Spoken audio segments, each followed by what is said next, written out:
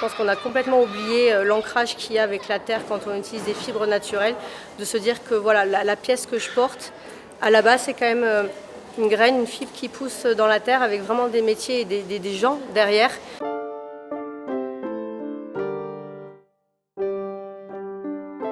Ça fait 2 ans que j'ai créé la marque Séquence pour un vestiaire féminin en utilisant en quasi-exclusivité la fibre de lin. C'est l'image en fait de la marque. L'idée c'est d'utiliser une fibre qui est locale, qui pousse localement. Et puis en tant que designer de me challenger un peu sur un vestiaire monofibre. Je présente en fait avec la collaboration de la Confédération européenne du lin et du chanvre qui m'ont gentiment prêté tous les supports.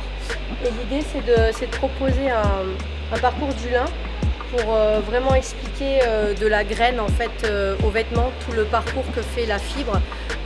C'est vraiment un but pédagogique pour montrer exactement en fait ton vêtement que tu portes, d'où il vient, puisque le projet de Séquence c'est aussi de mettre en avant les métiers et tous les savoir-faire au niveau européen de la filière du lin.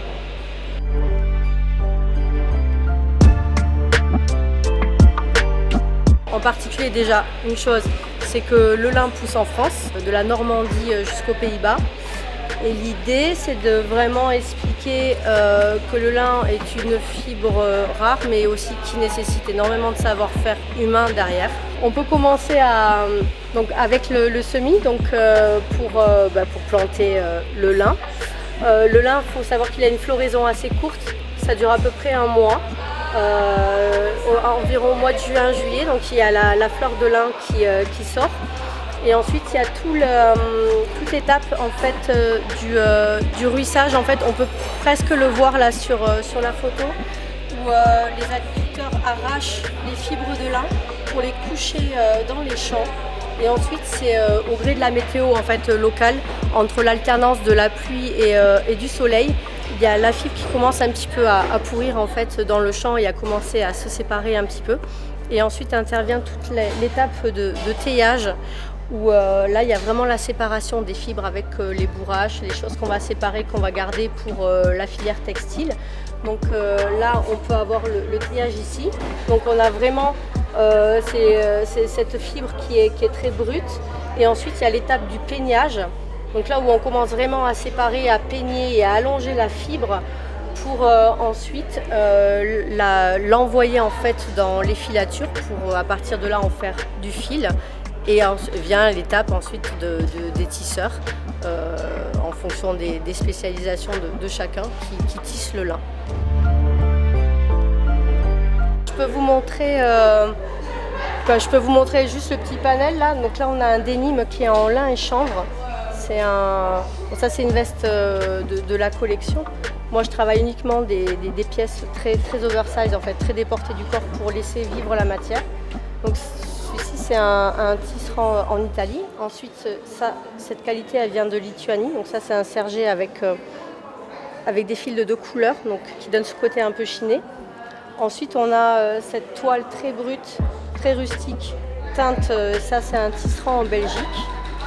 Qui pareil est beaucoup utilisé dans l'ameublement, donc que je traite sur de la veste. Et après on a des standards plus habituels, que l'on voit plus habituellement. Ça c'est une toile de lin à 200 grammes pour la chemise.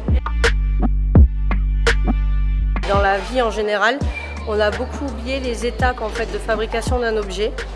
Et c'est encore plus réel aujourd'hui avec le vêtement. Je pense qu'on a complètement oublié l'ancrage qu'il y a avec la terre quand on utilise des fibres naturelles, de se dire que voilà, la pièce que je porte, à la base c'est quand même une graine, une fibre qui pousse dans la terre avec vraiment des métiers et des gens derrière, tout un panel de métiers qu'il faut mettre en avant et pas juste le directeur artistique ou le designer qui fait une belle pièce.